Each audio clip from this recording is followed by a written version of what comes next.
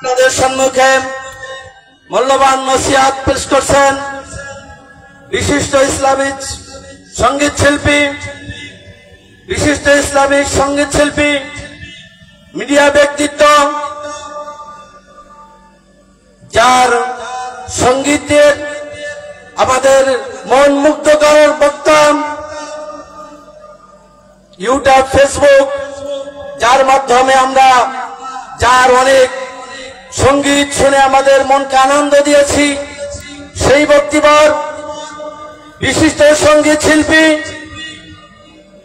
ইসলামী জগতের আলোড়ন সৃষ্টিকারী বক্তা, সুরকার ও গীতিকার শিল্পী কবির বিন সামাদ। সুরকার ও গীতিকার সেই শিল্পী কবির বিন সামাদ। চেয়ারম্যান, ঠিকানা কালচার ফাউন্ডেশন। আমি সম্মানিত মেহমানকে মূল্যবান তাকরীর পেশ করার জন্য সনির্বন্ধে অনুরোধ জানাচ্ছি। আলোচনা পেশ করছেন বিশিষ্ট ইসলামী সঙ্গীত শিল্পী, সুরকার ও গীতিকার ইসলামী সঙ্গীত জগতের প্রধান নায়ক শিল্পী কবির বিন সামাদ। আমি সম্মানিত মেহমানকে আলোচনা পেশ করার জন্য সনির্বন্ধে অনুরোধ জানাচ্ছি।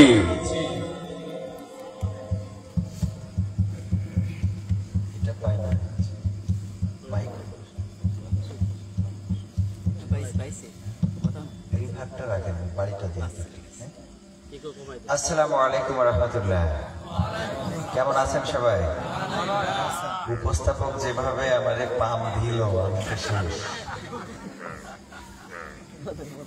إن الحمد لله نحمده ونستعينه ونستغفره ونؤمن به ونتوكل عليه ونعوذ بالله من شرور أنفسنا ومن سيئات أعمالنا من يهده الله فلا مضل له ومن يضلله فلا هادي له ونشهد أن لا إله إلا الله ونشهد أن سيدنا محمدا عبده ورسوله الذي أرسله بالحق بشيرا ونذيرا وداعيا إلى الله بإذنه وسراجا منيرا فقد قال الله تعالى في كلامه المجيد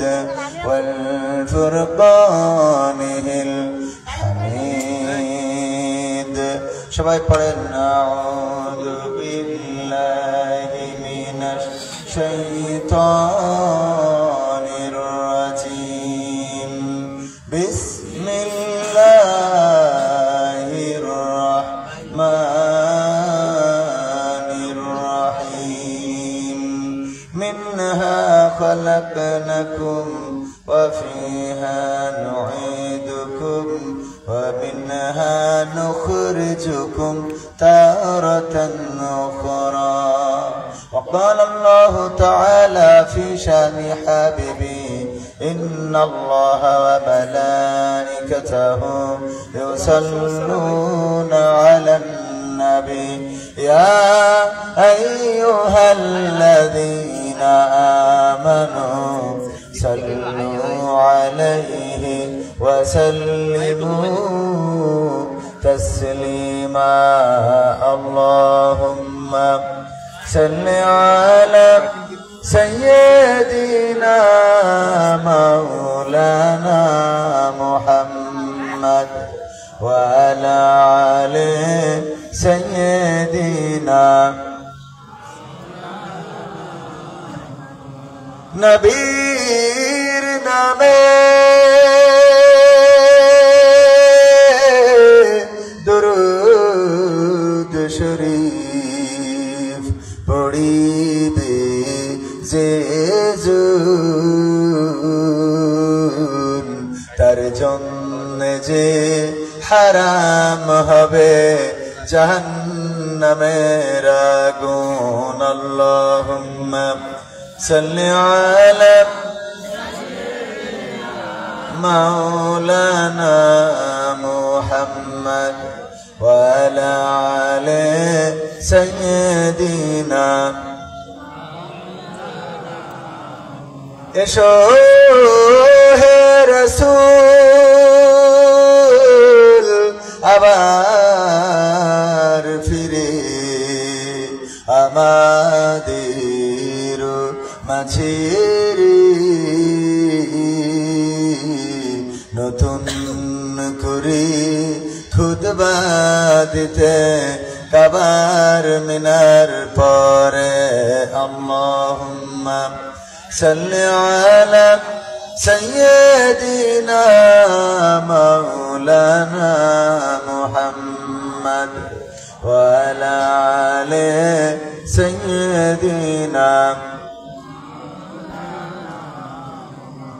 লা ইলাহা ইল্লাল্লাহ লা ইলাহা ইল্লাল্লাহ লা ইলাহা ইল্লাল্লাহ لا إله لا إله إلا الله محمد رسول الله سبحان الله والحمد لله لا إله إلا الله سبحان الله والحمد لله لا إله لا إله إلا الله محمد رسول الله صلى الله ওরে মরলে মানুষ দাম বাড়ে তার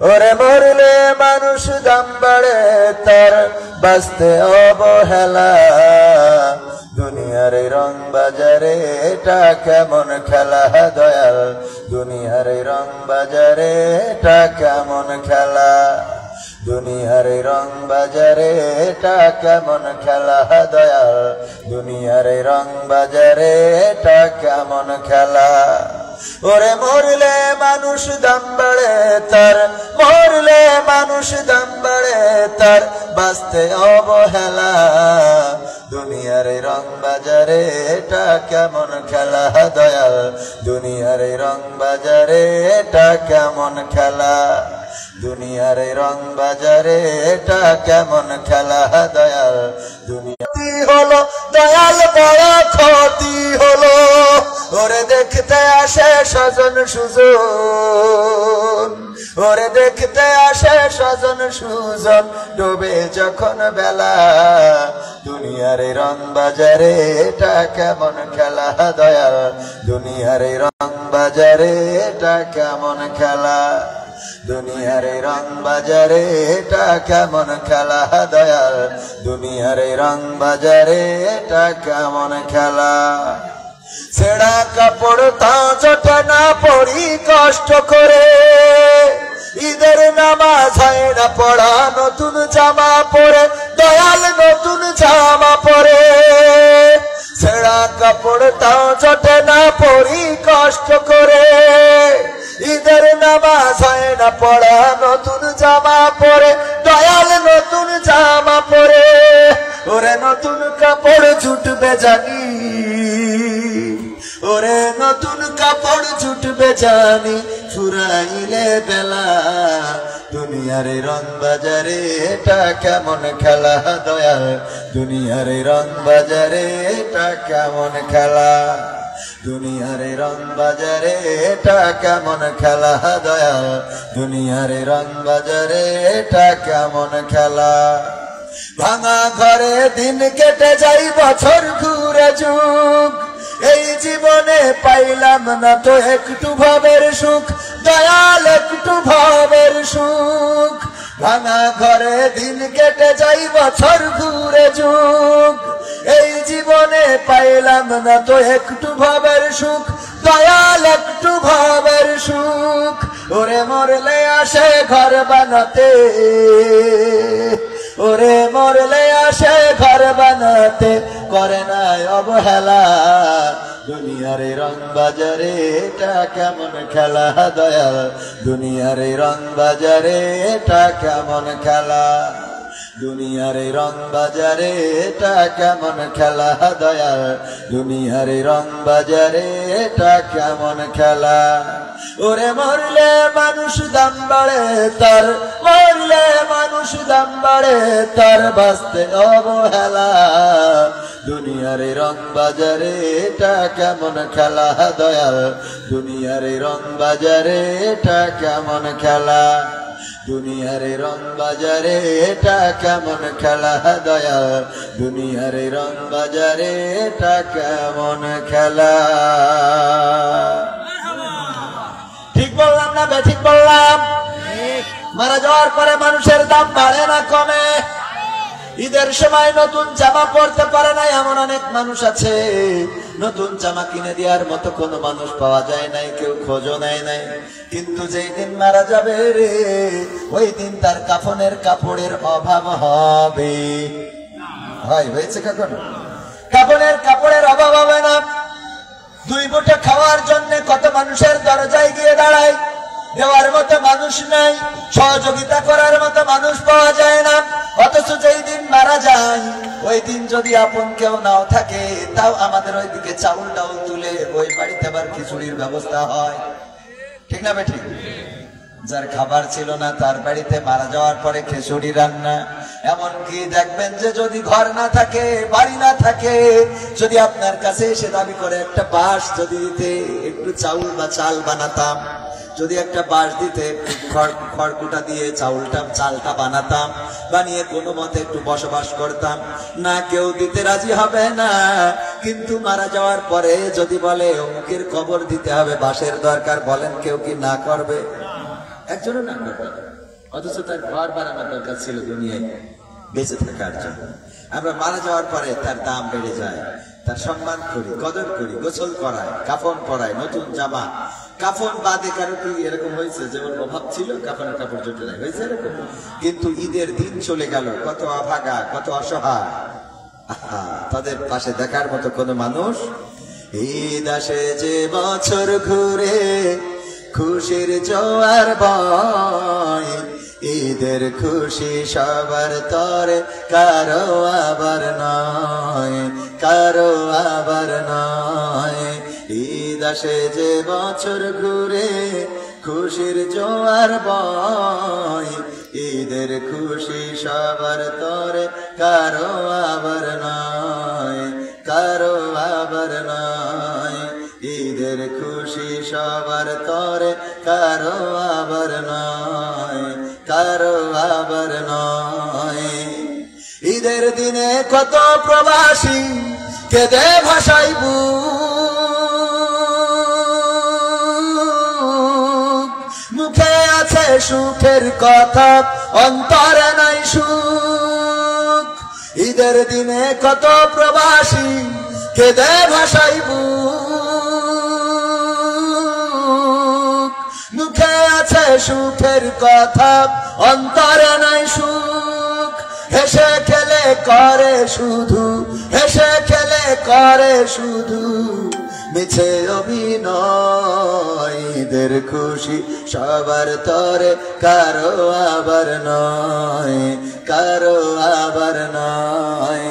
ঈদ আসে যে বছর ঘুরে, খুশির জোয়ার বয়, ঈদের খুশি সবার তরে, কারো আবার নয়, কারো আবার নয়। ফুটপথে ওই থাকে যারা নতুন জামানা,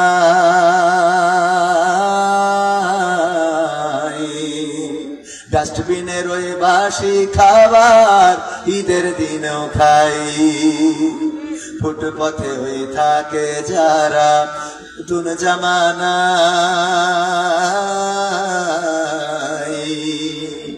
ডাস্টবিনের ওই বাসি খাবার ঈদের দিনেও খাই। ঈদের দিনের শিরনি পায়েস ওদের জোটে না,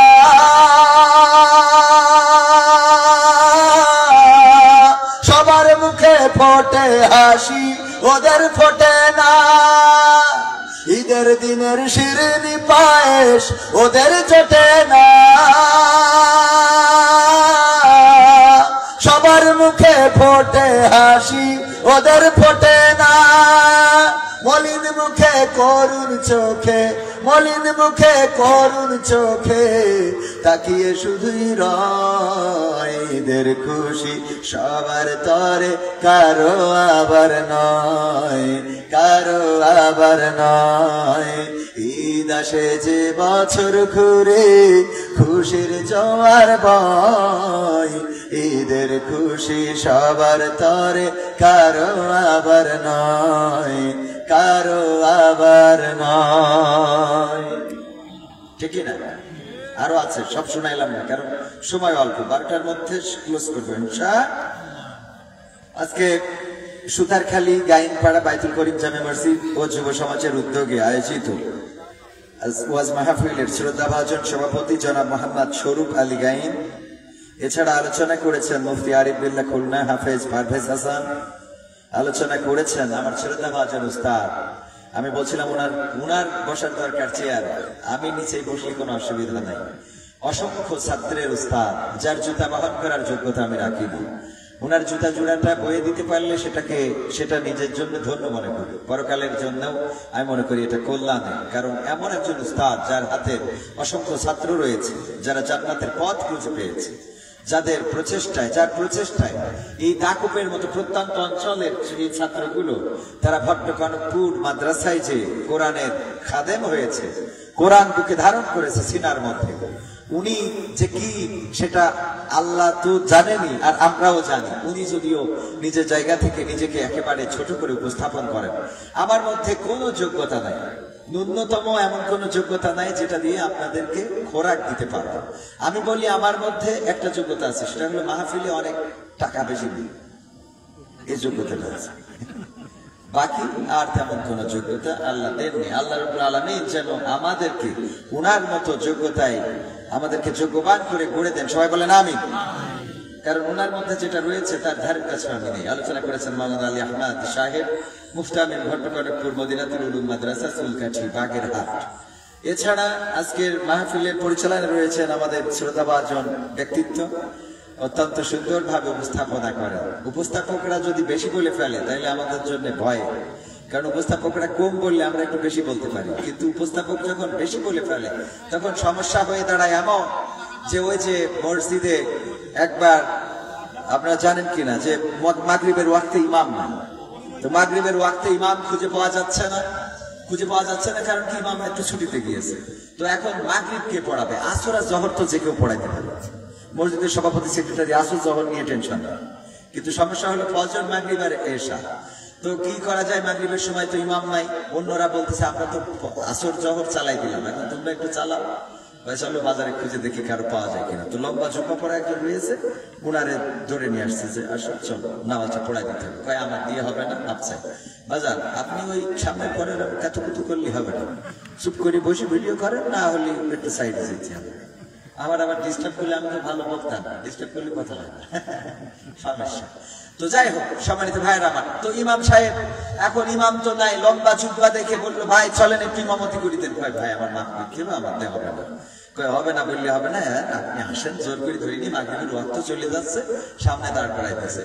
প্রথম রাকাতে সূরা ফাতিহার সাথে সূরা ইখলাস, আপনারা যেটা বলছেন সব পড়ার পরে সিজদায় যে চিন্তা করছে আল্লাহ সারাটা জীবনের অর্জন তো এক রাকাতে শেষ, সারা জীবন যা অর্জন করেছি তা তো এক রাকাতে মেরে দিছি, এখন দ্বিতীয় রাকাতে করবো।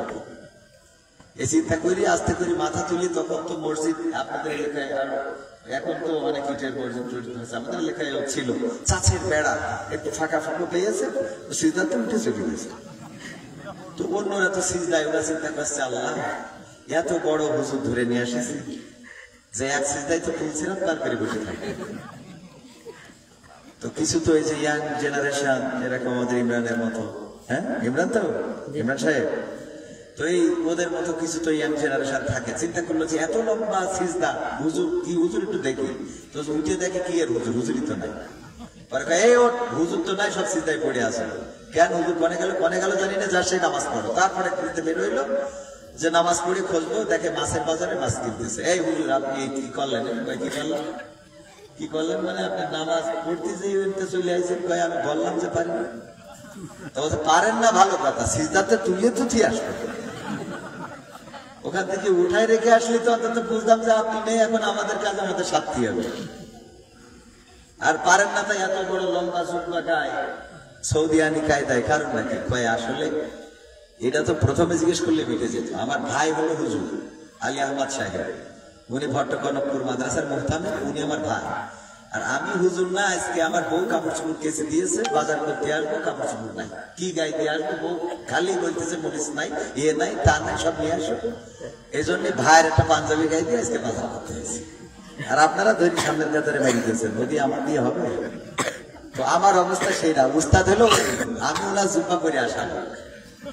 তো উপস্থাপক যদি খুব বেশি করে বলে, তাহলে ওই বেড়ার ফাঁক খোঁজা ছাড়া কোনো রাস্তা নেই যে কমনে চলে যায়। কথা কি বোঝা গেছে? আমার দুর্বলতা প্রকাশ করতে কোনো অসুবিধা নাই, কারণ যেটা আমার মধ্যে নাই সেটা চাহিদা করে কোনো লাভ নাই। জানেন কে? আমি কি পারি কি পারি না এটা আল্লাহ জানে। আল্লাহর কাছে কোনো কিছু গোপন নেই। মাঝে মাঝে চিন্তা করি, হে রব, যদি পরকালে তুমি আমলনামার খাতাটা আমার স্ত্রীর সামনে মেলে ধরো, তাহলে আমি বড্ড লজ্জায় পড়ে যাবো বউয়ের সাথে। আমার বউ বলবে তুমি এরকম হুজুর ছিলে। আমার মায়ের সামনে যদি তুমি মেলে ধরো, তাহলে আমি মায়ের সামনে লজ্জায় পড়ে যাবো। আমার মা বলবে যে আমি এরকম একটা কুলাঙ্গারকে পেটে ধরেছি। আমার বাবার সামনে যদি তুলে ধরো, আমার বাবা চিন্তা করবে এরকম সন্তানকে আমি জন্ম দিয়েছিলাম। আমার সন্তানদের সামনে যদি আমলনামাটা প্রকাশ করে দাও, সন্তানরা বলবে এই রকম বাবাকে বাবা ডেকেছি আমি পৃথিবীর পরে। আল্লাহ প্রকাশ করে দেয়নি বলেই আজকে আপনাদের সামনে এত বড় করে জোর গলায় কথা বলতেছে। আল্লাহ প্রকাশ করে দিলে আপনারা স্টেজ থেকে ঘাট ধরে নামিয়ে দিতেন। কত অপরাধ আছে যেটা আমি জানি আর আল্লাহ জানে, আপনারা জানেন না, তাই বড় হুজুর মনে করেন। আল্লাহ যেন আমাদেরকে ক্ষমা করেন, বলেন আমি। শুধু আমার আছে না, আপনাদেরও আছে। আবার বললেন না যে হুজুর আমাদেরও সাথে জড়াই নিচ্ছে। যাদের আছে আল্লাহর কাছে আমরা ক্ষমা চাইবো। ক্ষমা করার মালিক কে?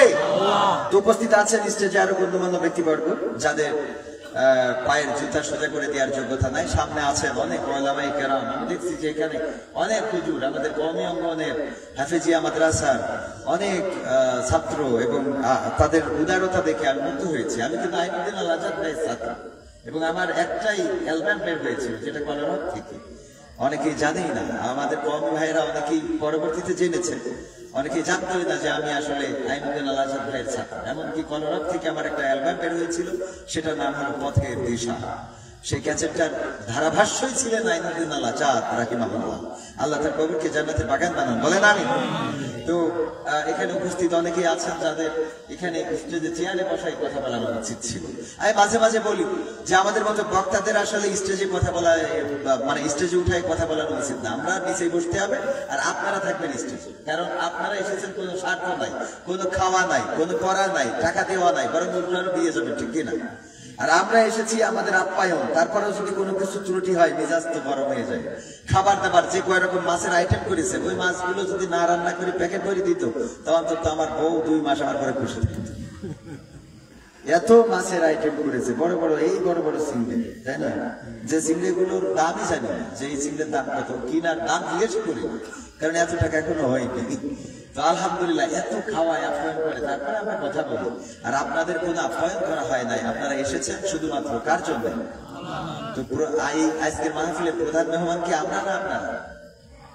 কথা কি এর সবাই আপনারা? আমরা তো এনে কামলা খাটার জন্য এসেছি, ওয়াজ করবো, খাবো, খাইছি তো, তারপরে টাকা নেবো, বাড়ি চলে যাবো। কিন্তু আপনারা এসেছেন একান্ত আল্লাহর জন্য, আল্লাহর সন্তুষ্টির জন্য।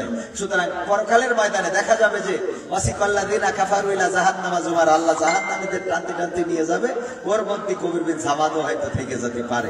আপনারা ডাকতে বলবেন, ওই রাস্তায় তো জাহান্নাম, আমরা জান কেন? বাবা রে, আর ভুলেন না সে কথা, কাম সারা। কি হয়েছে? আমার তো জাহান্নাম ফায়সালা হয়ে গেছে। মানে আপনার ওয়াজ শুনেই তো হয়েছে, তা করবে আমরা তো হুজুর হয়ে গেলাম, আল্লাহ জান্নাত আছে। ও বাবা রে, আমার ওয়াজ শুনে তো আপনারা পালন করেছেন, আমি তো করি।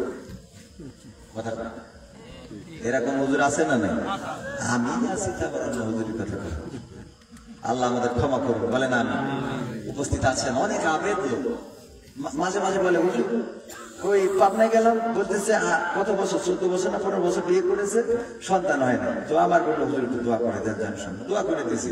পরের বছর যে খাওয়াচ্ছে বলছে আপনার 1 পিস মাছ বেশি খাওয়াবো। কেন বলছে গত বছর সে দোয়া করে দিয়েছিলেন আমার বাচ্চা হয়েছে। বললাম বাবা রে, ওই পীর আমি দোয়া করিলাম যে মাহফিলে ওখানে কোনো আবেদ লোক ছিল, ওখানে এমন কোন লোক ছিল যে মুস্তাজাবুদ দাওয়া, যার দোয়া আল্লাহ কবুল করে। আমার দোয়াই বুঝেন, কারণ আমার দোয়াই কবুল হলে তো আমি এতদিন আমেরিকার প্রেসিডেন্ট হয়ে যাবো। ফকিররা মাঝে মাঝে বদদোয়া করে, দেখেন না? আমি কই তুই বদদোয়া করতে থাক, তোর দোয়া যদি কাজ দিত তুই ভীতি করে খাতিস নাকি? ও দোয়া যদি কাজ দিত তবে বিকে থাকবে। ও না দিলেও দোয়া বদদোয়া কয় আল্লাহ তোর জন্য ফকির বানাবে। আমি কই কোয়ার দোয়া, কারণ আমার যদি তোর দোয়ায় যদি আমি ফকির হতামই তো তুই তো এতদিন বড় লোক হতিস। এই বাস্তব কথাগুলো মাঝে মাঝে একটু কমন সেন্স দিয়ে ভাবো। এই কথাগুলো সবাই বলে না, বলার দুঃসাহস করে না। কারণ অনেকেই আছে, আবার উস্তাদও মাঝে মাঝে বলে যে ভাই এমনি না এমনি না এমনি। আজকেও আমার মাদ্রাসায় বললাম যে আপনাদের বাচ্চাদেরকে আমরা এমন বানাতে চাই, সে ডাক্তার হোক, মাস্টার হোক, ইঞ্জিনিয়ার হোক, ব্যারিস্টার হোক, সে যেন আপনার কবরের কাছে দাঁড়াতে পারে, সে যেন আপনার জানাজা পড়াতে পারে। কারণ আমি যখন কোন মানুষের জানাজা পড়াতে যাই, কোন মানুষের কবরের কাছে দাঁড়াই, তখন আমার চোখে পানি আসে না। কিন্তু যখন আমি আমার বাবার কবরের কাছে দাঁড়াই, তখন আমার চোখে পানি আসে। আমি এমন সন্তান বানাতে চাই যে ওর বাবার জন্য ও দোয়া করে। আমার যখন দোয়া করতে নিয়ে যায়, আলী আহমদ সাহেব যদি আমার নিয়ে যায় ওনার বাবার কবরের কাছে, যে আমি কাঁদবো, কিন্তু সেই কান্নাটা আল্লাহর কাছে পৌঁছাবে না, কারণ ওই কান্নাটা অভিনয়। কথা কয় নিজের বাবার জন্য চোখতে পানি বেরোয় না, আরেকজনের বাবার জন্য চোখতে পানি বেরোয় মাগ না পাইছে। এত পাগল এই কথা কয়। আপনার বাবার কবরের কাছে দাঁড়ালে কান্না আসে? হুজুরের বাপ মরে গেছে, নিজের বাপের কবরের কাছে কয়দিন দাঁড়াইছে তার মনেও। আমি তো আমার আব্বার কবরের কাছে 2 ঈদ ছাড়া দাঁড়ানোই হয় না। 2 ঈদে আর যখন বিদেশে সফরে যায় তখন একটু দাঁড়ায়, এছাড়া দাঁড়ায় না। তো আমার যদি কেউ তার বাপের কবরের কাছে নিয়ে যেতে কান্না আসে, নিজের বাপের জন্য তো খেতে। এই জন্য সন্তান বানাতে হবে এমন যে সন্তান বাবার কবরের কাছে দাঁড়ায়, 2টি হাত তুললেই চোখে পানি চলে আসবে। আমি আমার আব্বার কবরের কাছে যখনই দাঁড়াই, এবার ঈদেও আমার 2 সন্তানদেরকে নিয়ে দাঁড়ালাম, প্রত্যেক ঈদে দাঁড়াই। কারণ আমার বাবা আমাদের 2 ভাইকে নিয়ে আমার দাদার কবরের কাছে দাঁড়ায়। আব্বা দেখতাম আমাদের নিয়ে যখন আব্বা হাত তুলতো, আব্বার চোখ থেকে অটোমেটিক পানি চলতো। কারণ আমার আব্বার আব্বা, আমার দাদা, আমার কিন্তু চোখ থেকে পানি বের হয়। এখন আমি আমার 2 ছেলেকে নিয়ে আব্বার কবরের কাছে দাঁড়াই, আমার চোখ থেকে পানি পড়ে, কিন্তু ওদের পড়ে না, কারণ ওরাও তো আমার আব্বারে দেখেই নেই। তো ওই 2 ওরা এতটুকু শিখছে যে না, অন্তত বাবার কবর, আমি আমার দাদার কবর জিয়ারত করি এক জায়গায়, আমার বাবার কবর জিয়ারত করি আরেক জায়গায়, আব্বার কবর এক জায়গায়, দাদার কবর এক জায়গায় জিয়ারত করে যায়। এতটুকু শিক্ষা দিচ্ছি যে আমার আব্বা শিখিয়ে গেছে যে জানো আমার আব্বা তার বাবার কবরের কাছে দাঁড়াতো, তো আমি আমার বাবার কবরের কাছে দাঁড়াই, ওরা ওদের দাদার কবরের কাছে না দাঁড়াইলে অন্তত বাবার কবরের কাছে দাঁড়ায়। এই জাতীয় সন্তান তৈরি করার দরকার আছে না? ভট্টকনকপুর মাদ্রাসার মুহতামিম সেই সন্তান আপনাদেরকে তৈরি করে দিচ্ছে। বাগেরহাট থেকে ওরা কোরআন শিখে এসে এখানে কনসার্ট করে নাই, ডিজে পার্টি করে নাই, এখানে অশ্লীলতা করে নাই, বেহায়াপনা করে নাই। এই ছোট ছোট বাচ্চাগুলো পায়ে হেঁটে হেঁটে, মোটরসাইকেলে, বাইকে, এই প্রত্যন্ত রাস্তায় ধুলাবালি, ইটির গুঁড়ো গায়ে মেখে নিজেরা মাস্ক পরে মানুষের দরজায় দরজায় যে একটা তাফসীরুল কোরআন মাহফিলের আয়োজন করেছে। ওই বাচ্চাগুলো যদি ভট্টকনকপুর মাদ্রাসার ছোঁয়াটা না পাইতো, তাইলে এখানে গাঞ্জা টেনে বেড়াতো, ফেন্সিডিল টেনে বেড়াতো, বিড়ি থেকে তামাক ফেলে দিয়ে মাল দিয়ে টান দিয়ে বলতো যে মাল খেয়েছি। ঠিক না বেঠিক? সুতরাং ভালোর সাথে আলোর সাথে থাকার দরকার আছে না? উপস্থিত সকল মুসাল্লিয়ানে কেরাম, শ্রোতা মণ্ডলী এবং পর্দার অন্তরালে আছেন রত্নাকর্ধা মা এবং বোনেরা, সবাইকে আনুষ্ঠানিকভাবে সালাম জানাচ্ছি। আসসালামু আলাইকুম ওয়া রাহমাতুল্লাহি ওয়া বারাকাতুহু। আপনারা কি এখানে উপস্থিত হতে পেরে খুশি না বেজার? খুশি আছেন সবাই? বলেন আলহামদুলিল্লাহ। আলহামদুলিল্লাহ যেভাবে বললেন সবার মুখ থেকে বের হয় না। আসলে দেখবেন যে যদি চেয়ারম্যান সাহেব 10 কেজি চাইল নেয়, ওরে বাবা চেয়ারম্যান সাহেব আপনার 10 কেজি আল্লাহ আপনার দেখায় দেয়, আপনার আব্বা আম্মা 14 গুটি সব জাহান্নামে পাঠাইতো। মানে জান্নাতের কথা বলতে জাহান্নাম বলবে আবেগ। ওই যে দোয়ার মতো যে আল্লাহ বঙ্গবন্ধুকে জাহান্নামের উচ্চ মাকাম দান করে। তোদের আমলুক করতে কয় করে, তোদের জন্য আমলুক করা দোয়া বুঝিস না, দোয়া করতে চাই। ওই দেখেন আল্লাহর লিগের কষ্ট যান দোয়া করে দিয়ে আমাদের জন্য, আল্লাহ যেন শেষ করে দেবে। হ্যাঁ দেখবেন মানে মাহফিল থেকে পয়লা উঠবে কেন দেখবেন হয়ে যাবে একদম সামনে বলে দিলাম। ভবিষ্যতে কোনো মাহফিলে গেলে দেখবেন ওরা এবার ওয়াজ করে যে এখানে বসে থাকলে সোয়াব আল্লাহ জান্নাত, ও তারা আগে জান্নাত ছেড়ে দিয়ে উঠেছিল। দেখবেন খেয়াল করুন, মসজিদের ইমাম সাহেব ইতিকাফে থাকার ফজিলত বর্ণনা করে। আমি খুঁজে দেখলাম 99% মসজিদের ইমাম ইতিকাফে বসেন, মানে না বিশ্বাস করে না, ইতিকাফের ফজিলত শোনাচ্ছে। অথচ ইমাম সাহেব আমি কোন মসজিদের ইমাম সাহেবকে দেখিনি ইতিকাফে বসে। লাভ কি আপনার এই ফজিলতের বয়ান করে? আছে কোন লাভ? নিজের মধ্যে যেটা নাই সেটা বলেন। আল্লাহ বলেছে ইয়া আইয়ুহাল্লাযীনা আমানু লিমা তাকুলুনা মা লা তাফআলুন, এমন কথা বলো না ইমানদারেরা যে কথার সাথে তোমার কাজের মিল নাই। কাবুরা মাকতানি ইনদাল্লাহি আন তাকুলু মা লা তাফআলুন, আল্লাহর কাছে এটা অত্যন্ত অপছন্দের, ঘৃণা যে তোমরা মুখে যা বলো না কাজে করবে। আপনি এখানে ফজিলত শোনাবেন, এখানে বসলে সওয়াব, যতক্ষণ বসবেন ছবিরা গুনাহগুলো ঝরে যেতে থাকবে, আপনার এখানে সওয়াব হইতে থাকবে, পরকালে এটাই জান্নাতের ওসিলা হয়ে যাবে।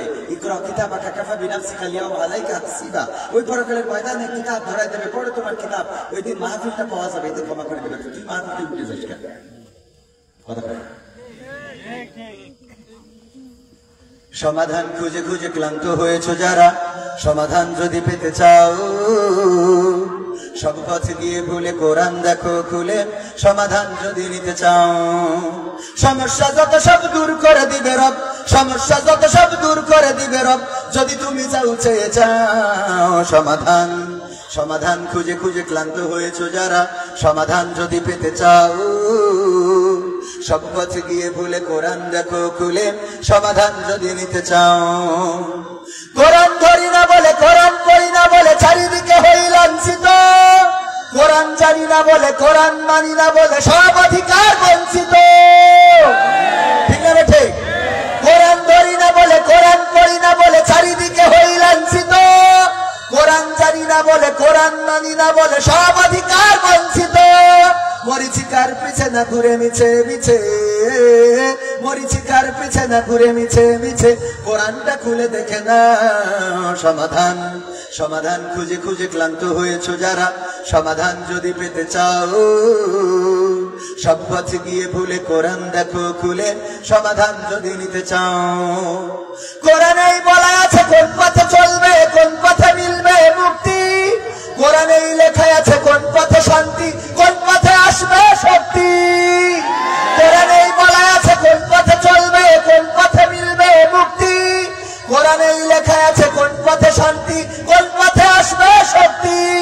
আলে আর আলোয় প্রতারিত না হয়ে, আলে আর আলোয় প্রতারিত না হয়ে কোরআনটা খুলে দেখে নাও সমাধান। সমাধান খুঁজে খুঁজে ক্লান্ত হয়েছো যারা, সমাধান যদি পেতে চাও সব পথ গিয়ে ভুলে কোরআন দেখো খুলে, সমাধান যদি নিতে চাও। কোরআনেই খুঁজে পাবে সংসার নীতি, আর কি হবে রাষ্ট্রের নীতি, কোরআনের আইন চললে দেশে দূর হবে সব দুর্নীতি। বিশ্বাস হয় আপনাদের? দুর্নীতি সব দুর্নীতি দূর হবে কোরআনের আইন কায়েম হইলে। সবচেয়ে খুশির বিষয় হলো কয়েকদিন আগে ধর্ষণ খুব বেড়ে গেছে, ঠিক না বেটা? ঘরে ধর্ষণ, বাইরে ধর্ষণ, মাঠে ধর্ষণ, হাটে ধর্ষণ, ঘাটে ধর্ষণ, শিশু ধর্ষণ, বৃদ্ধ ধর্ষণ, বুড়ো ধর্ষণ, যুবতী ধর্ষণ, বউ ধর্ষণ, বধূ ধর্ষণ, সব একেবারে কোনো কিছু বাদ নেই।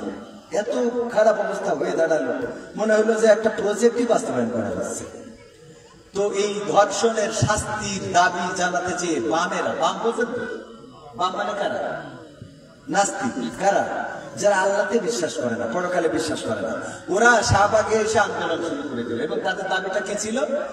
যে ধর্ষণের শাস্তি চাই মৃত্যুদণ্ড। কি দণ্ড? বামেরা ধর্ষণের শাস্তি চাই মৃত্যুদণ্ড, আর ডানপন্থী আল্লাহ রাব্বুল আলামিন পবিত্র কোরআনে 1400 বছর আগেই এই আইনটা করে দিয়েছে যে ধর্ষণের শাস্তি কি। কথা না, এটা কলি মনে হয় কুপান আপনারা করবেন না। তা বলেন কি দণ্ড? হ্যাঁ, ধর্ষণের শাস্তি মৃত্যুদণ্ড। এই মৃত্যুদণ্ড বামেরাও এখন চাই, কারণ আল্লাহ মানুষের জন্য যেটা কল্যাণ সেটাই কোরআনে দিয়েছেন। এটা এখন বুঝছে, আরো পরে বুঝবে, আজ হোক কাল হোক বাংলার মানুষ বুঝবে, আর তখনই এই কোরআনের পথটাই খুঁজবে। বলেন ঠিক কিনা? কারণ বাংলাদেশের মানুষ এখন স্লোগান তোলা শুরু করেছে যে আমরা বাংলাদেশে অনেকের শাসন দেখেছি, ইংরেজরা শাসন করেছে এই দেশ 200 বছর, শাসন করেছে পাকিস্তানিরা 23 বছর, এরপরে স্বাধীনতা অর্জন হয়েছে 71 পরবর্তী 53টা বছর। আমরা ইংরেজদের শাসন দেখলাম, পাকিস্তানিদের শাসন দেখলাম, এবং স্বাধীনতা পরবর্তী বঙ্গবন্ধু জিয়াউর রহমান, এরশাদ, খালেদা জিয়া, শেখ হাসিনা কত শাসন দেখলাম। কেউ বললো সোনার বাংলা করব, কেউ বললো নতুন বাংলা করব, কেউ বললো সবুজ বাংলা করব, কেউ বললো রূপালী বাংলা করব, কেউ বললো পূবালী বাংলা করব, কেউ বললো ডিজিটাল বাংলা করব, আর আমার আব্দুল কাদের কাকা বললো স্মার্ট বাংলাদেশ গড়া হবে। ঠিক না বেঠিক? কিন্তু দুঃখের বিষয় হলো এই বাংলাদেশে সোনার বাংলা, নতুন বাংলা, সবুজ বাংলা, সোনালী বাংলা, রূপালী বাংলা, দীপালী বাংলা, ডিজিটাল বাংলা, স্মার্ট বাংলা কোনো কিছু করতে পারে নাই। এখন আমাদের স্লোগান একটাই, সেটা হলো সব বাংলা দেখা শেষ, আগামীতে দেখবো আল কোরআনের বাংলাদেশ। ঠিক না বেঠে? আগামীতে আমরা আল কোরআনের বাংলাদেশ দেখতে চাই। কারা কারা দুটি হাত দেখতে চায়?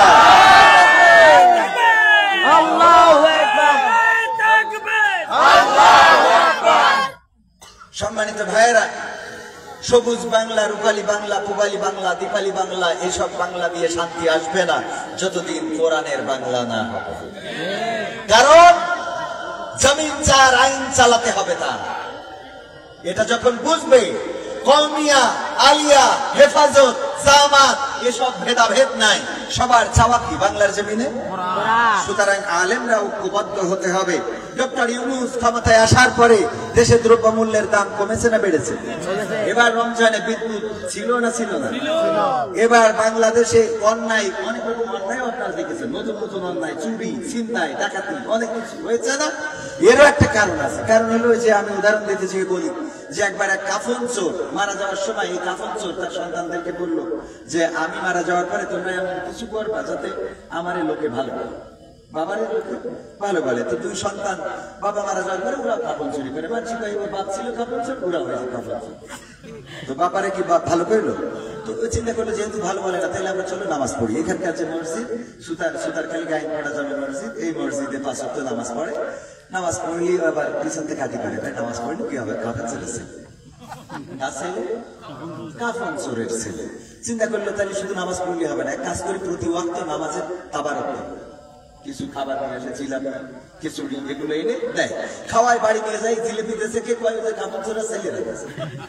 একটু বেকায়দা অবস্থা। চিন্তা করলো তাও যখন হচ্ছে না, দেখি কিছু টাকা পয়সা, মানুষ অসহায় যারা আছে ঈদের সময় টাকা পয়সা দিল, জামা দিল, কয় এই তোর তো নতুন জামা কে দিয়েছে? ঈদের সময় তো গরিব মানুষ, কেনার টাকা নাই, কয় যে কাপড় চোরে ছেলেরা গেছে। কেউ ভালো পায় না। তো কয়েক ভাই বসে আবার চিন্তা করলো, ভাই তাহলে আপনারা তো কেউ ভালো পায় না, সবাই তো কাপড় চুরি বলে, তখন কি করা যায়? কয় এখন তাহলে আমরা আবার পূর্ব পেশায় ফিরে যাব। তবে সিদ্ধান্ত একটা, এখন শুধু কাপড় চুরি করবো না, এখন যে লাশটা উঠাবো ওই লাশটার আবার পাশার মধ্যে বাঁশ ফিরে ওই ঘাটের পরে, কি ঘাট ডুবা, কি ডুবো, লাউ ডুবু ঘাটের উপরে টেকায় রাখবো যাতে ফেরি পার হতে যেয়ে সবাই দেখতে লাউডুবি ঘাটে ওখানে টানে রাখবো। এই কথা মতো কাজ। লাশ কবর থেকে কাপড় চুরি করতে পারে, ওইটারে তুলি আবার বাঁশ হাতে পিছিয়ে ঘুরি দেয়, দিয়ে তো ঘাটে টেঙায় রাখে। মানসিক এগের থেকে তো এগের বাপ ভালো ছিল। পুরা বলছে যাক আলহামদুলিল্লাহ আজকে শুক্রানা মাফল ধরে থাকবো, আপনারে ভালো বানাইতে পেরেছে। কথা কি বোঝা গেছে? তো আমাদের মনে হলো যে এই দেশের আমাদের শেখ হাসিনা চলে যাওয়ার পরে অনেক অপরাধ বেড়েছে, ঠিক না ঠিক? এই অপরাধগুলো এমন ভাবে করানো হলো যেন লোকে বলে এর থেকে তো হাসিনা ভালো ছিল, ঠিক না বেটে? কথা কি বোঝা গেছে? ভাইরা এই অপরাধ বাড়ায় ডক্টর ইউনূস ছোটখাটো কোনো খেলোয়াড় নন, তিনি ছোট মাঠের খেলোয়াড় নন। নরেন্দ্র মোদী দাঁড়িয়ে গিয়েছে ডক্টর ইউনূস যখন ঢুকেছে, আর ওই দেশের মিডিয়া প্রচার করে যে ডক্টর ইউনূসের সম্মানে একটু কি করেছে, ওম শান্তি নমো নমো নমস্কার। বললাম আমাদের এখানে ওম শান্তি নমো নমো করা লাগবে, কারণ আমাদের যিনি এখন রাষ্ট্রপ্রধান তিনি শুধু বাংলাদেশের নন, তিনি আন্তর্জাতিক মানের একজন রাষ্ট্রপ্রধান। বাংলাদেশের জন্য একটা নিয়ামত, তিনি এমন করেছেন, অনেকেই এই দেশ থেকে দাদার দেশে যে তিলক করে এসেছিল, ঠিক না বেঠিক? আর আমাদের রাষ্ট্রপ্রধান তো তিনি, যিনি জাতিসংঘের মহাসচিবকে এই নিয়ে রোহিঙ্গা বানায় ছেড়ে দিয়েছে। কথা কয় না? ওই পাহাড়ের পরে নিয়ে যে পাঞ্জাবি গায়ে দিয়ে রোজা রাখাই ইফতার করে বাড়ি ফেলে দিয়েছে। তুই তাহাজ্জুদ করবো, ঠিক না বেঠিক? আর আমাদের ওনারা ওই দেশের শাড়ি পরে, ওই দেশে তিলক পরে, ওই দাদাকে কথা কয় না। রাষ্ট্রপ্রধান তো এরকম লাগবে যে নামাজ হিন্দু করে নামাজ পড়ায় ছেড়ে দেবে। মানে আমি একবার ওই যে শুকনগরে মাহফিল করতেছি, এটা বলি, শুকনগরে এক চেয়ারম্যান এসে পাশে নিচেই বসলো। আমি বলছি আপনি নিচে বসেছেন, চেয়ারম্যান মানুষ উপরে বসেন, চেয়ার আছে, হ্যাঁ এখানে তো নাই, ওখানে চেয়ার আছে। তা বলতেছে না আমি নিচেই বসে অসুবিধা। বলে আপনি চেয়ারম্যান মানুষ, আপনি থাকবেন সামনের কাতারে। আগামীতে আপনার এই যে যদি একটা নিয়োগ করেন যে কাউন্সিলে যখন নামাজ হবে তখন মেম্বাররা আপনার পিছনে দাঁড়াবে, আপনি সামনে দাঁড়াই ইমামতি করতে হবে। তো কিছু না বলে হাসতেছে। আমি বললাম যে এখন শেষ হইবে, রাজপথে থাকতে হবে, রাজপথে নেতৃত্ব দিতে হবে, কোরআনের মিছিল হবে, সেখানে থেকে নারায়ে তাকবীর আল্লাহু আকবার স্লোগান আকাশ বাতাস প্রকম্পিত করতে হবে। উনি তাও হাসতেছে। আমি বললাম এখানে শেষ না, আপনি এই অঞ্চলে মানুষ মারা যাবে, জানাজার ইমামতি চেয়ারম্যান করবে, জুম্মার ইমাম থাকবে না, চেয়ারম্যান ইমামতি করবে। এখন বুঝাই বলছে হুজুর আপনি কি শুরু করেছেন? কেন? বলছে আমাকে চেয়ারম্যান হিন্দু। আগে তো বলবো না, আর একটু দেরি করলে তো আমি মক্কা মদিনাতে হজ করাই নি।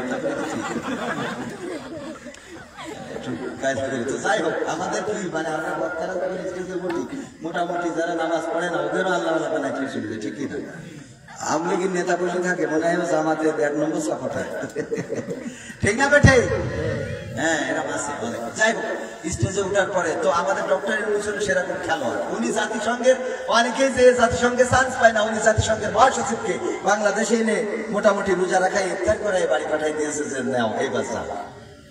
এরকম রাষ্ট্রপ্রধানের কিছুদিন এই দেশে থাকার দরকার আছে না? এই দেশে থাকলে ক্ষতি হবে? ক্ষতি হবে না, বরং এই দেশের কল্যাণ হবে। ঋণ মুক্ত বাংলাদেশ গড়তে চাইলে, বাংলাদেশ একটি সুখী সমৃদ্ধশালী অর্থনীতি যদি বাংলাদেশে গড়তে হয়, তাহলে এমন দুর্নীতি মুক্ত নেতার দরকার আছে না নাই? কিন্তু আমরা এমন এমন নেতা গড়ি, ওরে বাবা, আমার নেতার চরিত্র ফুলের মতো পবিত্র, নামাজ পড়ে না করতেও গাঞ্জা টানে পাশে। আর শেখ হাসিনা যদি পালাই যায়, ওরও সেদিন আর দেখায় না, ঠিক না বেটা? হাসিনাও চলে গেছে, ওরাও চলে গেছে। আমি বললাম তোরা তো মানুষের জাতি, এইসব লোক দিয়ে দল করেছে। আমাদের মতো আমরা ছিলাম দেশপ্রেমিক, হাসিনা প্রেমিক, ঠিক না? আমাদের দাবি ছিল যে বাংলার জমিনে কোরআন কায়েম করে দেব। কি ছিল? আলেমদেরকে নির্যাতন করো না, বিনা অপরাধে কারোর হাতে হাত পড়ে লাগাবে না, দাড়িওয়ালা টুপিওয়ালাদের ইজ্জতি করো না, মাদ্রাসাগুলো বন্ধ করো না, আলেমদেরকে ইজ্জত করো, কদর করো, সম্মান করো, কোরআনের আইন কায়েম করে দাও। শেখ হাসিনার ক্ষমতায় রাখার জন্য আলেমরাই রাজপথে রক্ত দিতে বলেন, ঠিক কিনা? কারণ আলেমরা পালায় না। শেখ হাসিনা তো বলেছে যে শেখ হাসিনা পালায় না, ওবায়দুল কাদের বললো পালাবো না, ঠিক না বেঠিক? এমপিরা সব কোথায় গেল, মন্ত্রীরা সব কোথায় গেল, কোথায় কাদের কাকা? তাদের ছাড়া দেশটা এখন লাগে ফাঁকা ফাঁকা। পালাবে না, পালাবে না, যাই না তবু দেখা, পালাবে না, পালাবে না, যাই না তবু দেখা। ওদের ছাড়া দেশটা এখন লাগে ফাঁকা ফাঁকা, তাদের ছাড়া দেশটা এখন লাগে ফাঁকা ফাঁকা। আইন মন্ত্রী আটকে গেল আইনেরই ফাঁকে, দাড়ি ছাড়া দরবেশের ভণ্ড ভণ্ড লাগে। আইন মন্ত্রী আটকে গেল আইনেরই ফাঁকে, দাড়ি ছাড়া দরবেশের ভণ্ড ভণ্ড লাগে। শুনছি কত নেতা নেত্রী খাইতেছে ভাই ডান্ডা, বিচারপতি কালামানিকের ফাটিয়েছে আন্ডা। পলকের অঝলক গেল, পলকের অঝলক গেল থামিয়ে নেটের চাকা। তাদের ছাড়া দেশটা এখন লাগে ফাঁকা ফাঁকা, ওদের ছাড়া দেশটা এখন লাগে ফাঁকা ফাঁকা। কই গেল সেই সংসদেতে মমতাজের গান, কোথায় গেল হযরত বলা স্বামী ওসমান? মমতাজের গান এখন শোনা যায়? সংসদে গান শোনাতো। এই মমতাজ এখন গান গায় না। আমি বললাম মমতাজ আপা আপনি গান, এই গানটা অন্তত গান আমি শিখাই দিলাম। আমার সোনার ময়না পাখি কোন বাদশে দাদার কাছে গো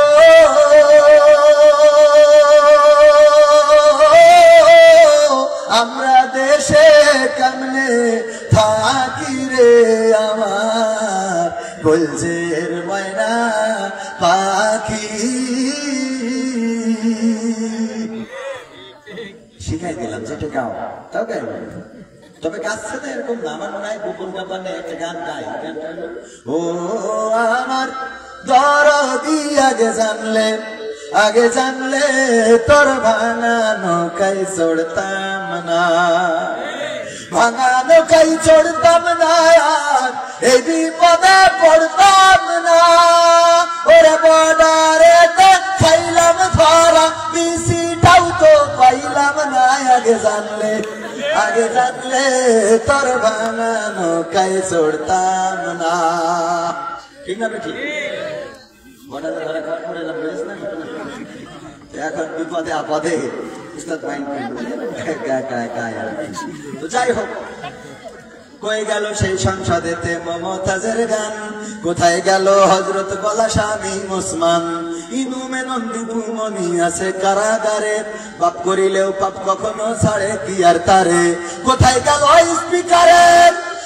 গেল স্পিকারের দৃষ্টি আঁকা বাঁকা, তাদের সারা দেশটা এখন লাগে ফাঁকা ফাঁকা, ওদের সারা দেশটা এখন লাগে ফাঁকা ফাঁকা।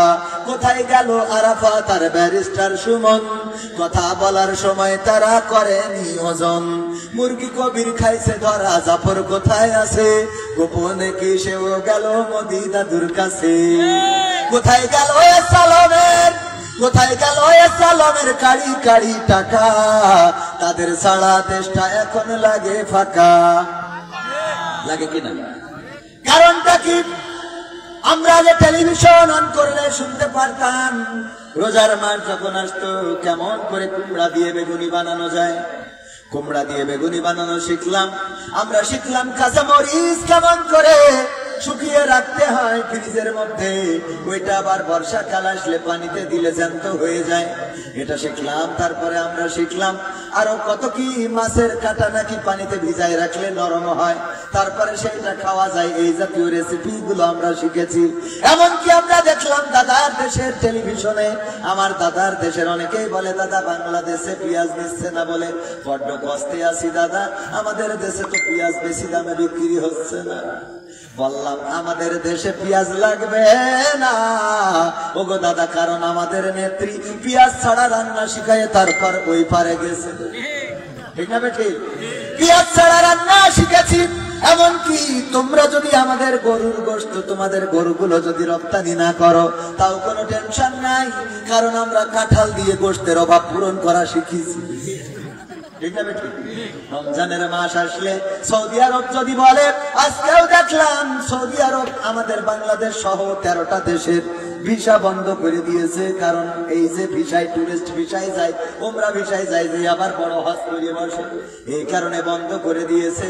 সৌদি আরব যদি আমাদের দেশে খেজুর দিয়াও বন্ধ করে দেয় তাও আমাদের কোনো দুঃখ নাই, কারণ আমাদের দেশে ইফতারির সময় বড়ই দিয়ার পেয়ারা দিয়ে ইফতারি করা ওরা শিখাই দিয়ে গেছে।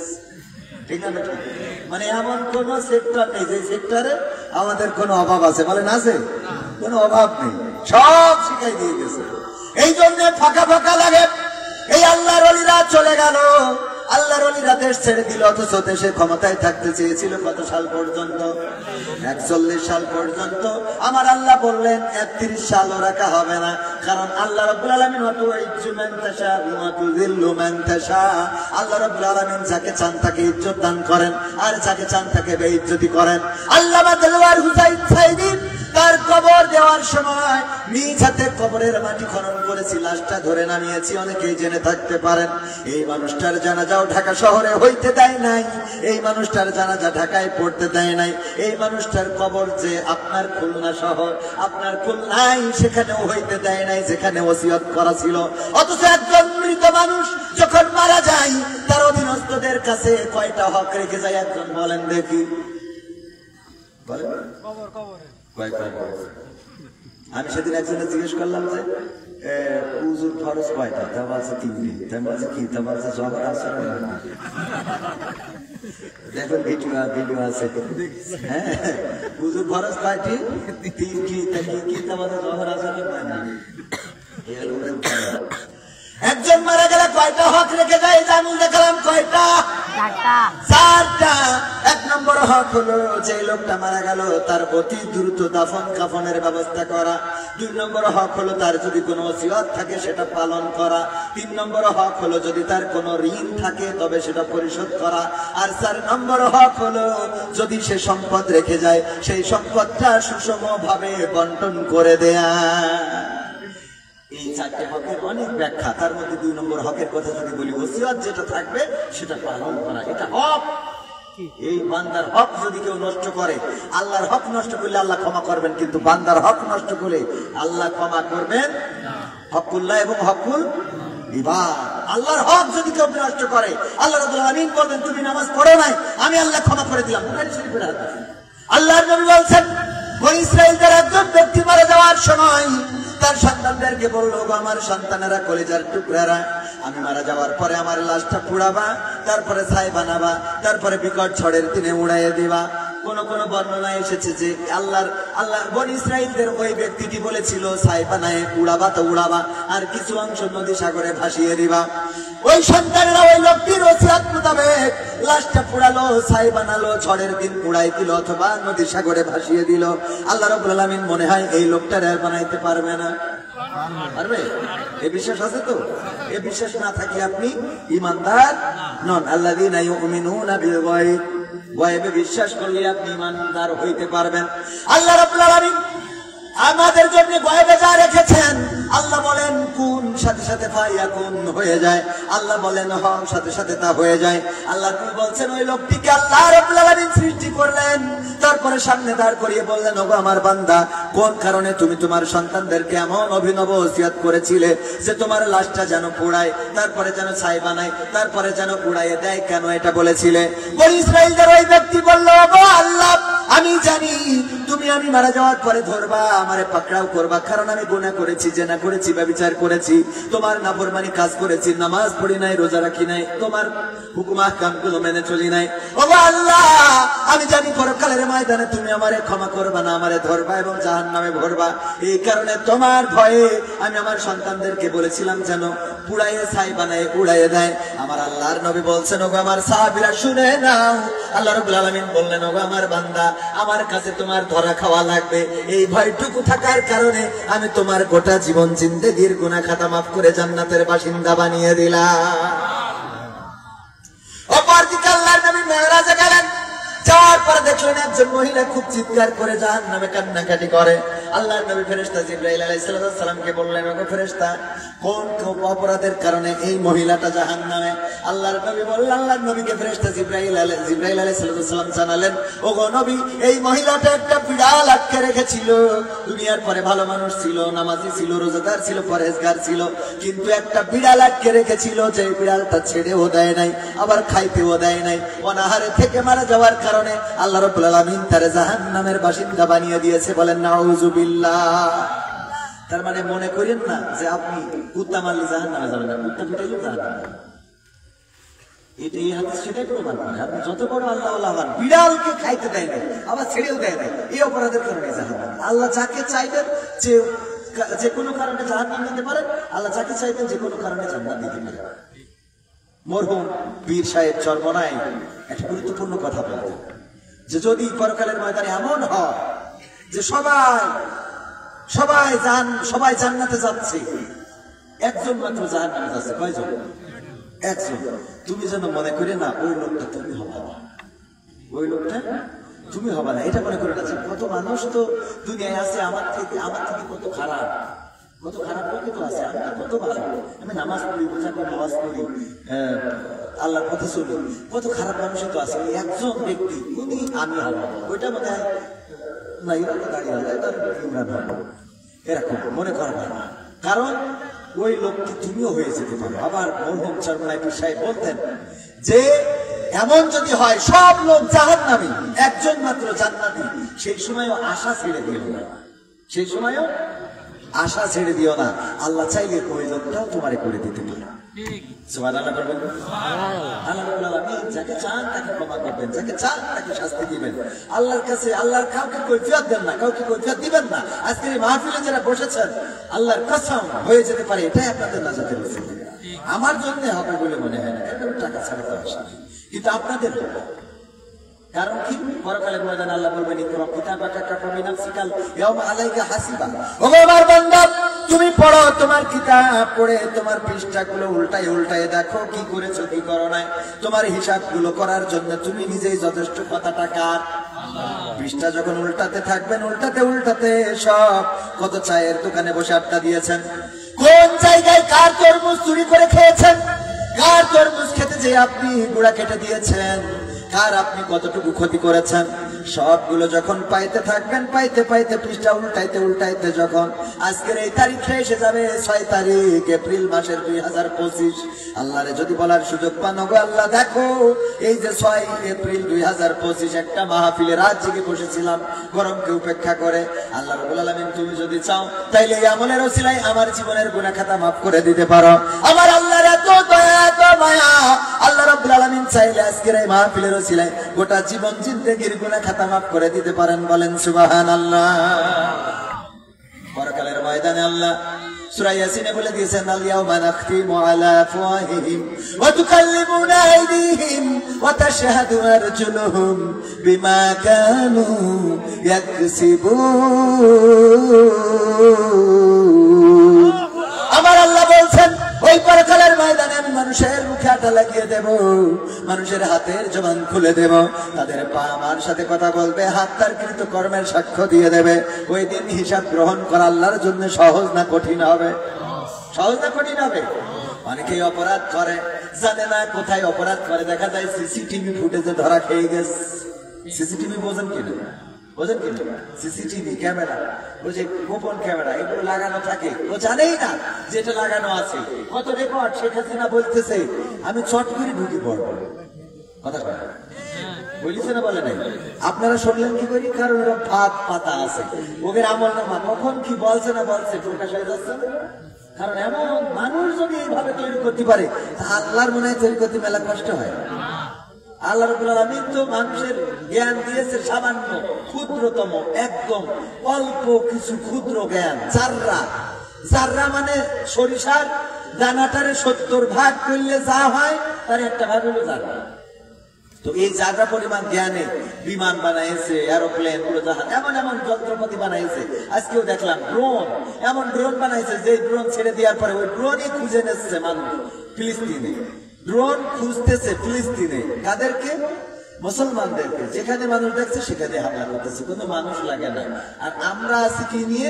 ওরা বানাইছে ড্রোন, কোনো মানুষ লাগে না, ড্রোন ছেড়ে দিচ্ছে, উপর দিয়ে মানুষ দেখছে, সেখানে হামলা করতেছে। দেখেছেন না আপনারা? আজান দিচ্ছে, মুয়াজ্জিন আল্লাহ, বোম ফেটে গেছে, মুয়াজ্জিনও শেষ, মসজিদও শেষ। এইগুলো বানাইছে কারা? ওই ইহুদিরা, নাসারারা, খ্রিস্টানেরা। আর আমরা বানাইছি কি? ও হুজুরি দাড়ি কাটতো, কোন পিছনে নামাজ পড়া যাবে না। কথা কয় না? আমরা বানাইছি এই হুজুরির এই বিলাদে আমরা নামাজে হাত কোথায় বাঁধ, কপালে নাকি বুকি না নাভিতে, এইটা বানাইছি। কথা কয় না? আমরা এই বানাইছি। এক ইমাম সাহেব এক মসজিদে গেছে, যে এই শোনে এই মসজিদে আহলে হাদিসের পাওয়ার থাকি মাযহাবপন্থীদের ইমাম চলে যায়, আর মাযহাবপন্থীদের পাওয়ার থাকি আহলে হাদিসের ইমাম চলে যায়। কারণ কি? কারণ হলো বুকে হাত বাঁধা, নাভিতে হাত বাঁধা দিয়ে বলবো কি দিয়ে? বুকে আর নাভিতে। তো ইমাম সাহেব চিন্তা করলে কি আমার ইমামতি ঠিকাতে হলে লাইন মতো জায়গায় হাত বাঁধতে হবে। নামাজের ইমামতি আল্লাহু আকবার বলে কপালে হাত, কপালে হাত রেখে নামাজ পড়েছে। মুসাল্লিরা বলছে যে হুজুর এতদিন তো তাও বিপদ সীমার মধ্যে ছিল, আজ তো বিপদ সীমার উপরে উঠে কেন? বলছে এতদিন তো আমাদের নাভি আর বুকে উঠা উঠে করতো, উঠা নামাজ করতো নাভি আর বুকের মধ্যে। আজকে তো সে সব বিপদ সীমা ছাড়াই কপালে উঠে গেছে। এইটা কই হাদিসি আছে? বুকেও হাদিসি আছে, নাভিতেও হাদিসি আছে, হাত বাঁধা নামাজের মধ্যে, কিন্তু কপালে তো হাদিসি বাঁধা। কপালে বাঁধিছি কি আর সাথে? এসে শুনলাম যে এইখানে জাগের যখন পাওয়ার আসে তাদের পক্ষের ইমাম থাকে, বাকি ইমাম চলে যায়। আর গোলমাল হলো বুকি আর নাভিতে হাত বাঁধা নিয়ে। আমি দেখলাম দুই দলের খুশি করার জন্য এই দুটোই বাঁধা, এই কপালে বাঁধা।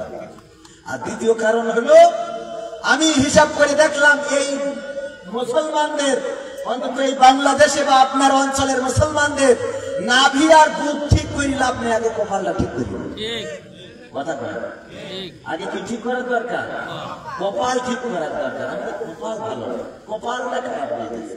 এই কারণে আমরা পড়ে আসছি কি নিয়ে, ওই কোন জায়গায় এইটা বেদাত ওইটা দাঁত, হ্যাঁ এইটা বেদাত ওইটা একবার। আবার এখন সৌদি আরবের সাথে তা তুই সৌদি আরবের সাথে ইফতার করিস ঠিক আছে? কথা কয় ঠিক না বেঠিক? তুমি সৌদি আরবের সাথে ঈদ করবা আর বাংলা ভাষায় কথা বলবা, তোমার কাঠি খুলে দিয়ে দরকার। তুমি আরব ভাষায় কথা বলো, সৌদি আরবের ভাষায় কথা বলো। তুমি বাংলাদেশের ভূখণ্ডে বাস করি, সৌদির সাথে এইগুলো যারা করছে রাষ্ট্রীয় ভাবে আইন করতে হবে। রাষ্ট্রে যেই দিন বলবে ঈদ ওই দিন ঈদ হইতে হবে। এর আগে পরে যদি কেউ ঈদ করে তাদেরকে শাস্তির আওতায় আনতে হবে। ইসলামটা খেল তামাশা বানায় গেছে। ও সৌদি আরবের সাথে ঈদ করে, সৌদি আরবের সাথে ইফতার করে। তুমি পাকামা পাইছো সৌদি আরবের সাথে তুই ঈদ করবি, সূর্য তো সৌদি আরবের সাথে ওঠে না, চন্দ্র তো সৌদি আরবের সাথে ওঠে না। এটা তো ভূখণ্ডের সাথে। আমি যখন এখানে রাত্রে কথা বলছি আমেরিকা এখন দিন কথা কয় সৌদি আরবের সাথে। এগুলো ইসলামটা খেলতে বর্তমানে ওই আবিষ্কার করেছে কি যে সৌদি আরবের সাথে ঈদ করতে হবে। আবিষ্কার করেছে বেদাত, এইটা করলে বেদাত ওইটা করলে দাঁত। আমি কই যেগুলো বেদাত বলছে ওদের কুরমা না খেয়ে ভাত খায় কেন? আল্লাহ রাসূল ভাত খেয়েছে ওই সময় মক্কায় চাল ধান হতো, আটা রুটি জব, তারপরে যে কি কুরমা, এইগুলো খেয়ে দিন। তুমি ভাত খেয়ে যে বুড়ি মোটা করে ফতোয়া দাও, এটা বেদাত। তুই আগে কুরমা খা, কয় টাকা দাম খেয়ে দেয়, ফতোয়া কনে যে বেদাত। কথা কয় আছে না নাই? এইগুলো থেকে বের হয়ে এসে ড্রোন তৈরি করেন, বিমান তৈরি করেন, কামান তৈরি করেন। মুসলমান ফিলিস্তিন শ্মশান হয়ে গিয়েছে, গোরস্থানে পরিণত হয়েছে শুধুমাত্র মুসলমানদের অবহেলার কারণে। কারণ আমরা এখন ফতোয়া খুঁজে বেড়াই। বউ তো তালাক দিয়ে ফেলেছে, কি করা যায়? আমি মালয়েশিয়া আমার এক দোস্ত বলতেছে, আপনি তো ভাই মালয়েশিয়ায় ভালোই হয়েছে, একটা ফতোয়া দেন কি? তা বাচ্চা আমার তো দুটো বাচ্চা আছে, তো অসুবিধা আচ্ছা বিপদে পড়ে গেছে হয়ে যাবে কে বাচ্চা বউ তো তালাক দিয়ে ফেলেছে, তো অসুবিধা। বলছে দুটো বাচ্চা আছে, বললাম না দুটা বাচ্চা আছে, তারপরে বাচ্চা আছে, এখন আমি কি করবো? আমি কি মানুষ করতে দেবো? তো বলছে না তা না, তাহলে কি? তো বলছে ওই মানে তালাকটা দিয়ে ফেলেছে, কি করলি আবার হালাল একটু খাবো? তা বলছে আমি কোন মাজা বলবো? তা বলছে আমি হানামি মাজা বলবো। বলে হানামি মাজা বলবো তেস মারা শেষ হয় না। তো বলছে তাহলে কি করা যায়? বলছে সাথে নর্মাল করেছে, একসাথে যদি 3 তালাক দেয় তাহলে এটা 1 তালাক হিসেবে গণ্য হবে। এইটা ইমাম শাফিঈ রাহমাতুল্লাহ আলাইহি বলেছে। তো বলছে তাহলে ম্যাচ করতে সামনে আসা, তার মানে ওর বউ রাখতেই হবে। মাঝে মাঝে এসে ভাই বলু পৃষ্ঠা উঠে দেখেন এই পাতাটা পাওয়া যায় কিনা। এখন কিতাবে দেখেন লাস্টে 3 পাতা পড়ে, লাস্টে 3 পাতায় পাওয়া যায় কিনা, আছে না? আমরা আছি গবেষণা করি যে বউ কি করে তালাক দিয়ে ফেলেছি রাখতে গিয়ে, আর ওরা গবেষণা করে ড্রোন কি করে ছেড়ে দেবো, কোথায় মুসলমান আছে দেখি ঠাস করে ফায়ার করবে, সে মারা যাবে। এই বানাই ওরা, আর আমরা বসি তসবিহ জপিয়ার করে আমরা ঠিক না? তাও তো তসবিহ জপি না, সাত দোকানে বসে চা মারার ব্রিটেনের ধোঁয়া ছেড়ে দিয়ে বলে ফিলিস্তিন শেষ হয়ে গেল, ঠিক না বেটা?